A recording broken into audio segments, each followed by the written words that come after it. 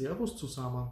Ich habe ja in den vergangenen 2 Jahren schon das ein oder andere Kings of War Video gemacht. Dabei ist mir aber aufgefallen, ich habe noch nie darüber gesprochen, was Kings of War eigentlich ist. Und das wollen wir uns heute im Video ansehen. Wie wir hier schon sehen können, Kings of War ist ein Rank-and-File-Spielsystem. Also es werden hier auch ganze Einheiten auf einmal bewegt und nicht einzelne Modelle. Dabei ist eben aufgrund der Regimenter und Einheitenarten natürlich auch die Ausrichtung der Modelle bzw. der Einheiten dann wichtig, da diese nur einen eingeschränkten Sichtbereich haben, in dem sie dann gegnerische Einheiten zum Beispiel sehen können, um auf diese zu feuern oder Angriffe durchzuführen. Eine Sache, die wir hier natürlich auch schon sehen im Hintergrund durch den Text vom Regelbuch, aber auch was hier bei den Figuren schon ersichtlich ist, es handelt sich hierbei um ein Fantasy-Spielsystem und es ist mittlerweile in der 3. Edition verfügbar und wurde eben als Alternativsystem zu Warhammer Fantasy angeboten. Und das zeigt sich im Spiel natürlich durch eine ganze Reihe von Punkten. Unter anderem natürlich, wir haben auch hier ein Fantasy-Tabletop-System mit Regimentern, also Rank and File, gleich wie das damals bei Warhammer Fantasy der Fall war. Und wenn man dann in weiterer Folge einen Blick auf die Armeen wirft, die einem zur Verfügung stehen, stellt man auch gleich fest, zumindest, dass ein Großteil der Armeen sehr von dem geprägt ist, was wir damals auch von Fantasy her kannten. Also man hat so die üblichen Verdächtigen, die man an Armeen spielen kann, wie Menschen, Zwerge, Elfen, Orks, Goblins und eben auch Rattenmenschen zum Beispiel. Das gibt einem natürlich sehr schöne Möglichkeiten, ins Spielsystem einzusteigen, wenn man von einem der anderen Spielsysteme dieser Art bereits Armeen besitzt, da jetzt hier nicht allzu viel Neues daherkommt, beziehungsweise keine eigenen IPs, was die Armeen betrifft, und man daher sehr einfach auch auf das Spielsystem umsteigen kann, wenn man bereits bestehende Modelle besitzt. Über die Zeit hinweg hat natürlich auch Mantic Games das System ausgebaut. Unter anderem wird einmal im Jahr das Clash of Kings Buch hier veröffentlicht. Das ist jetzt die aktuellste 2022 Edition. Und hier kam es dann durchaus vor, dass neben Änderungen in den Regeln, um das Spiel besser zu balancen, dann auch, wie es jetzt hier in der neuesten Ausgabe der Fall ist, eben auch neue Armeen vorgestellt werden, wie hier zum Beispiel die Halblinge oder auch die neuen Orks, die hier als Riftforged Orks bezeichnet werden. Das sind so neue Armeen, die jetzt bei Kings of War Einzug gehalten haben und die jetzt in der Hinsicht kein direktes Vorbild haben. Und im Falle der Halblinge ist das auch etwas, das man eigentlich so von anderen Systemen her nicht kennt oder bisher nicht kannte und bringt somit eine sehr interessante Alternative ins Spiel. Mittlerweile wurden die Armeen natürlich auch anderweitig in der Zwischenzeit erweitert, zum Beispiel mit der Veröffentlichung der 3. Edition von Kings of War wurde nicht nur ein neues überarbeitetes Regelsystem veröffentlicht, sondern damals sind auch 2 neue Fraktionen hinzugekommen, beziehungsweise mit einer eigenen Figur-Range, hier in Form der Northern Alliance. Das sind auch die Figuren, die ihr hier stehen seht. Das sind eben alles Figuren, die hier aus dieser 2-Spieler-Starterbox stammen. Und dann noch die Nightstalker, die der zweite Teil der Starterarmee damals waren. Und diese sind auch nach wie vor noch immer erhältlich. Auch wenn es mittlerweile noch eine zweite Starterbox gibt mit den Redkin, also quasi Skaven und den Goblins. Und zum Zeitpunkt der Aufnahme des Videos soll auch jetzt das dritte Starter-Set bald erscheinen.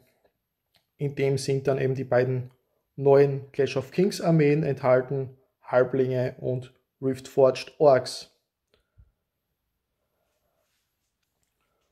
Zum Spielsystem selbst, es werden wie eigentlich bekannt ganz normale W6 verwendet, also sechsseitige Würfel. Und natürlich braucht ihr auch ein Maßband mit Zollangabe für die Entfernungen umzumessen. Was aber bei Kings of War ganz interessant ist, im Gegensatz zu anderen Spielsystemen, und das seht ihr hier auch schon bei meinen Figuren, ist das Multibasing. Denn es werden im Gegensatz zu anderen Spielsystemen hier bei Verlusten von Modellen in einer Einheit keine Modelle entfernt, was einem eben die Möglichkeit gibt, die komplette Einheit hier schön auf einer gemeinsamen Multibase zu platzieren und somit auch wesentlich einfacher zu bewegen. Und das sieht natürlich auch auf dem Spielfeld die ganze Zeit über ansehnlicher aus, als wenn hier dann nur mehr im Verlauf des Spieles vielleicht ein oder zwei Modelle stehen würden. Das gibt einem natürlich auch die Möglichkeit, ein bisschen mehr die Bases zu gestalten und Diorama-Bases zu machen, beziehungsweise eben ist es auch nicht unbedingt erforderlich und notwendig, die volle Anzahl Figuren zu verwenden, weil hier zum Beispiel eine Einheit Backhunters hier besteht normalerweise, also das ist ein Troop mit normalerweise 10 Modellen, wie ihr hier schon sehen könnt. Hier stehen nur 8 Modelle drauf, reicht aber vollkommen aus, weil man die Miniaturen nicht direkt besitzen muss, da diese eben nicht 1:1 von der Einheit entfernt werden bei Verlusten. Das gleiche auch hier dann mit den anderen Modellen und beziehungsweise auch mit den größeren Einheiten wie bei den Trollen oder auch bei den Regimentern, die dann doppelt so groß sind wie die Troops, müsste man hier nicht so viele Figuren platzieren. Man könnte auch das Base wesentlich schöner gestalten. Und das bringt mich auch zu dem Konzept, wie das Ganze mit den Lebenspunkten funktioniert. Denn wie gesagt, es werden bei Kings of War keine einzelnen Modelle weggenommen bei Verlusten in einer Einheit, sondern das funktioniert hier ein bisschen anders.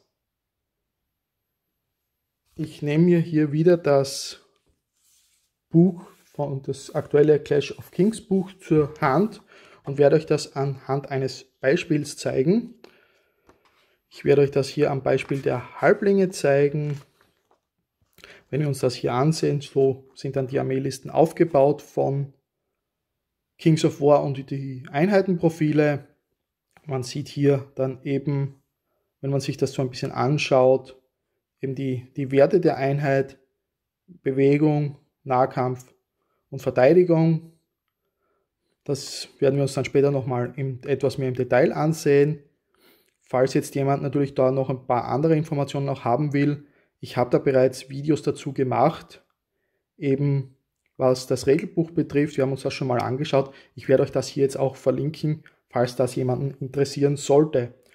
Aber lasst uns hier mal weitermachen bei unserem Beispiel. Wir haben hier dann eben bei der Unit Size die Angaben, in welcher Größe wir da die Einheit spielen können, eben als Regiment, Horde oder Legion. Da steht auch in Klammern dabei, wie viele Modelle das entspricht. Aber wie gesagt, man muss nicht diese Modellanzahl 1:1 auf der Base haben. Dann die Unit Strength als nächstes hier ist wichtig, wenn es darum geht, ob man Missionsziele bzw. Marker hält oder nicht oder in anderen Bereichen von Missionen. Dann Attacks-Wert gibt eben an, wie viele Würfel das geworfen werden, die Anzahl für Attacken. In dem Fall haben wir hier eine Einheit, die nur Nahkampfattacken durchführt und eben diese Anzahl Würfel dafür. Und natürlich ganz zum Schluss hier in der letzten Spalte dann die Punktewerte, wie viel die komplette Einheit dann an Punkten kostet, so wie sie eben hier dann ausgerüstet ist, ohne Optionen. Wenn man der Einheit hier herunten zum Beispiel noch die Option Relentless geben möchte, die hier oben als Armee Special Rule erklärt ist, dann kostet das 5 Punkte für die gesamte Einheit extra. Und dann ganz hier oben in dem Kreis gibt es dann noch das HT für Height, also für die Höhe, damit man auch weiß, wie hoch das die Einheit ist, da das auch wichtig ist, bezogen auf Sichtlinien und Deckung im Spiel. Jetzt habe ich aber einen Punkt ganz bewusst ausgelassen, und zwar das ist hier dieses NE, das ist der Nerf-Wert, der ist hier mit 1214 zum Beispiel angegeben bei einem Regiment Braves und ändert sich auch, je nachdem wie groß das die Einheit ist. Eine Horde zum Beispiel hätte dann schon einen Nerf von 1921 und das ist auch genau das, was für uns hier interessant ist, wenn es um den Schaden geht. Also am Ende entweder der Schussphase, beziehungsweise am Ende, wenn die Einheit attackiert wurde, wirft der Gegenspieler 2 Würfel und addiert die aktuelle Anzahl von Schaden, den die Einheit bisher bekommen hat. Das wird meistens durch einen Würfel oder durch Marker hinter der Einheit angezeigt, hinzuaddiert zu den Augenzahlen der beiden Würfel. Dieses Ergebnis, diese Summe, wird dann verglichen mit diesen beiden Nerf-Werten. Ist der Wert unter dem niedrigeren linken Wert, also in unserem Fall hier der 12, dann passiert der Einheit nichts. Die Einheit kann ganz normal attackieren. Sie hat zwar mittlerweile Schaden bekommen im Spiel, kann aber ansonsten ganz normal am Spielgeschehen teilnehmen. Würde jetzt hier eine 12 oder eine 13 als Endresultat herauskommen, also entweder gleich oder größer dem linken Nerf Value, aber noch immer niedriger als die 14, dann wäre die Einheit wavered und könnte in ihrer nächsten Aktivierung, in der nächsten Runde des jeweiligen Spielers weniger tun. Man eigentlich sehr wenig, dann nur mehr Möglichkeiten, was die Einheit dann machen kann und ist damit eigentlich quasi eine Runde aus dem Spiel entfernt, wo sie nicht wirklich agieren kann. Und sollte es der Gegner dann aber schaffen, den rechten Nerf Value zu erreichen, in unserem Beispiel hier die 14, dann würde die Einheit vollständig vernichtet werden und wird so Ganzes aus dem Spiel entfernt.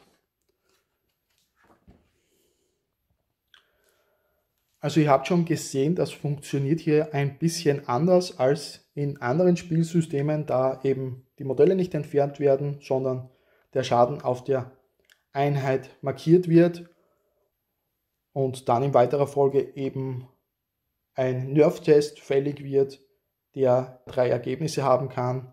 Die Einheit bleibt ganz normal im Spiel, wenn der Nerf-Value, der niedrigere Wert, nicht erreicht wird. Sollte dieser erreicht werden, aber noch nicht der höhere Nerf-Value, dann ist die Einheit gewavert und kann weniger machen in ihrer nächsten Aktivierung. Und sollte der höhere Wert erreicht werden, wird die Einheit einfach aus dem Spiel entfernt und dann eben so ganzes vollständig vom Spielfeld genommen. Und das bringt mich jetzt auch noch zu einem Punkt, der in diesem Zusammenhang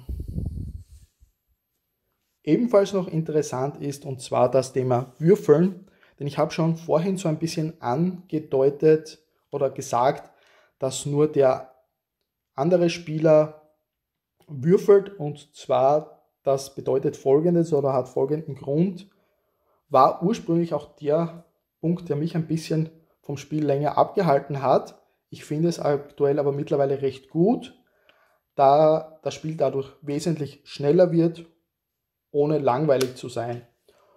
Und zwar, was das heißt, ist, dass nur der Spieler, der gerade aktiv seine Runde hat, auch würfelt. Also der Spieler, der wirklich jetzt seine aktive Runde hat, kann seine Modelle hier zum Beispiel in seiner Bewegungsphase bewegen, dann in der Schussphase seine Beschussattacken durchführen, natürlich in der Bewegungsphase auch seine Charges ansagen, in der Nahkampfphase dann seine Nahkampfattacken durchführen. Jedoch was hier nicht der Fall ist, der Gegenspieler hat keine Möglichkeit oder ist hier jetzt nicht direkt involviert. Bedeutet auch, dass nur der aktive Spieler im Nahkampf seine Attacken durchführt und sobald diese Attacken abgehandelt sind, mit Trefferwürfen, mit Schadenswürfen und feststeht, wie viel Schaden verursacht wurde, wird eben dann der Schaden der Einheit zugeteilt und im Anschluss direkt dieser Nerf-Test durchgeführt. Der zweite Spieler, der angegriffen wurde, schlägt hier in diesem Fall nicht zurück, sondern erst in seiner eigenen Runde. Das klingt zwar im ersten Moment ein bisschen langweilig, sage ich jetzt mal, vielleicht für den Spieler, der nicht an der Reihe ist aktuell, aber dadurch, dass die Spiele bzw. die einzelnen Spielzüge dann so schnell verlaufen, ist das aber eigentlich überhaupt kein Problem und für mich stellt sich das Ganze eigentlich als Vorteil heraus von diesem Spiel gegenüber eben anderen Rank-and-File-Systemen. Jetzt seht ihr hier schon im Hintergrund die ganze Zeit ein wenig das Regelbuch abgebildet. Ich gebe das mal hier zur Seite, dann schauen wir uns das Regelbuch zwar nicht an, aber ich wollte es euch hier jetzt mal zeigen. Ihr habt hier das Regelbuch und auch von diesen Clash of Kings Büchern habe ich bereits gesprochen und dazu möchte ich jetzt noch etwas sagen, bezogen auf das Thema Codex-Bücher bzw. Armeebücher.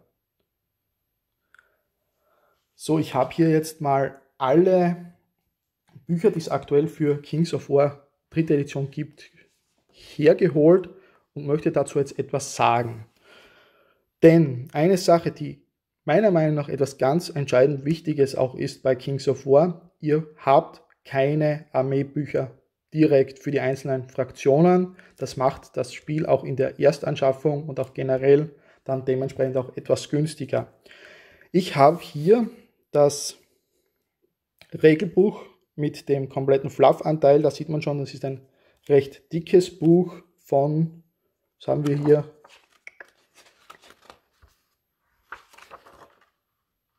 ja, 400 Seiten, das ist schon ein ziemlicher Klopper. Und dieses Buch enthält neben den kompletten Regeln plus einer ganzen Menge an Fluff auch die Armeelisten.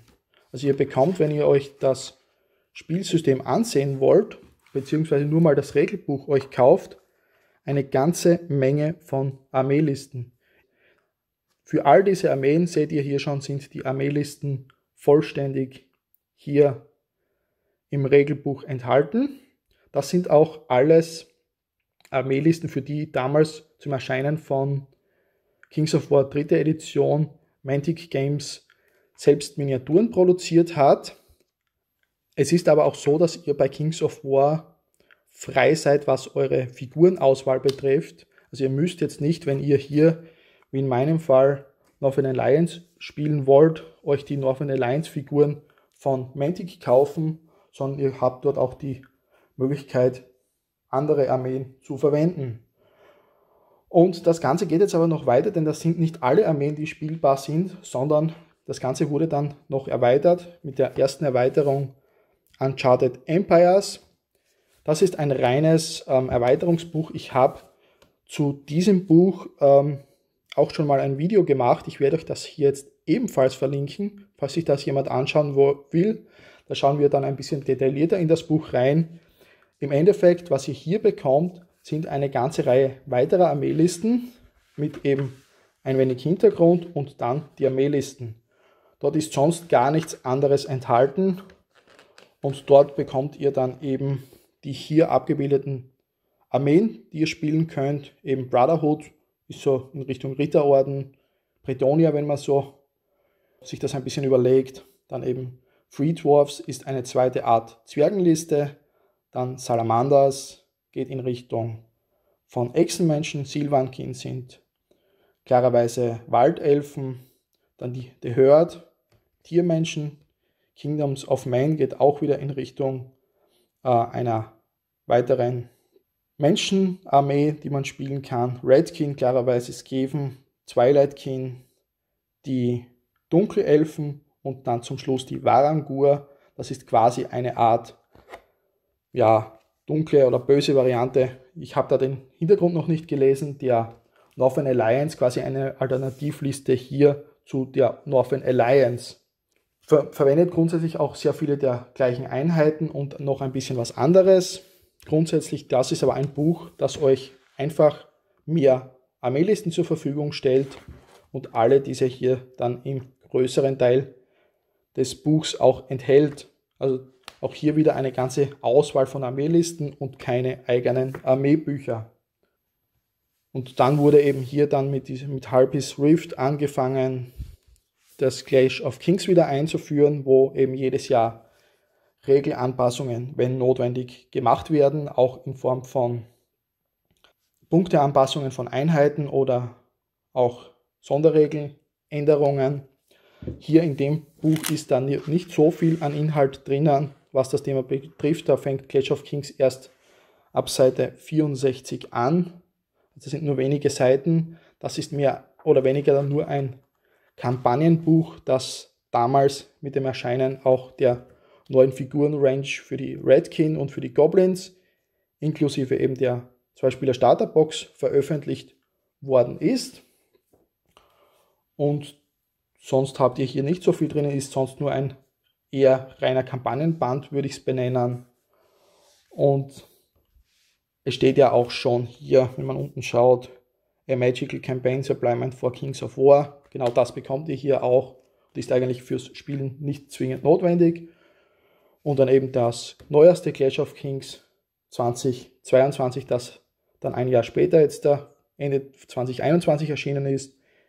Und hier geht es dann wirklich nur mehr um Clash of Kings mit eben, wie schon gesagt, Hintergrund zu den 2 neuen Armeen plus deren Armeelisten und dann im hinteren Teil die Clash of Kings Regeln, sofern sich irgendwas geändert hat für die Armeen. Auch aus dieser Sicht eine sehr schöne Variante, da ihr euch im Endeffekt nur das Regelbuch kaufen müsst, um das Spiel mal anfangen zu können und ansonsten zum Beispiel eben Uncharted Empires nur dann euch zusätzlich holen müsst, falls ihr genau eine dieser darin enthaltenen Armeelisten spielen wollt. Ansonsten für die eigenen Armeen, wie gesagt, gibt es eben keine eigenen Armeebücher. Und auch dort, was das Regelbuch betrifft, habt ihr auch eine sehr schöne Startmöglichkeit, denn es gibt einerseits hier das dicke Regelbuch mit dem ganzen Fluff-Anteil für, ich glaube, irgendwo 35 oder 40 Euro um den Dreh herum.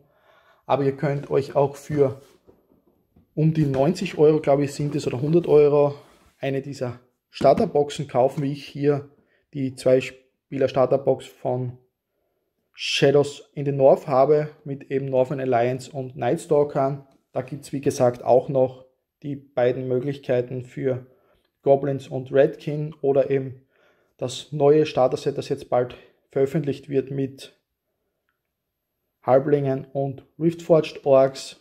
Und was da eben ganz interessant ist, ihr bekommt hier in diesen Starter-Sets, jeweils also in diesen 2-Spieler-Starterboxen, jeweils auch ein Regelbuch, jedoch nicht das Hardcover-Regelbuch mit dem vollen Fluff, sondern das ist nur ein Regelbuch alleine, also der komplette Regelanteil, der hier im dicken Buch enthalten ist, plus alle darin enthaltenen Armeelisten sind dabei, jedoch abzüglich der Vorstellung der Armee, also der Bildergalerien zu den Armeen. Das fehlt euch hier dann.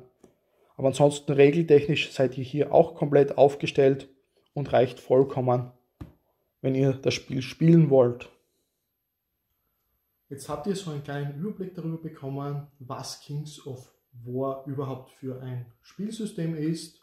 Vielleicht ist dadurch für den einen oder anderen das System auch ein wenig interessanter geworden und überlegt sich mal das Spiel anzusehen. Je mehr Spieler wir haben, desto besser ist es natürlich auch für die Community. Für mich war es damals eben einfach eine Alternative zu Warhammer Fantasy bzw. ein Wiedereinstieg in die Rank-and-File Spielsysteme, und da ist dann die 3. Edition eben von Kings of War 2019 genau richtig für mich gekommen. Aber nachdem es jetzt in der Vergangenheit doch etwas ruhiger um das System hier geworden ist, habe ich wieder selbst mehr Lust auf das Spielsystem und daher wird sich da jetzt auch noch so einiges tun und ich bin da schon dabei, einiges vorzubereiten und natürlich meine Armee selbst weiter aufzubauen. Ihr könnt dem Video gerne einen Like geben, wenn es euch gefallen hat. Das hilft mir auch hier auf YouTube weiter. Ansonsten hätte ich gesagt, wir sehen uns dann höchstwahrscheinlich nächste Woche im nächsten Video. Bis dahin, tschüss.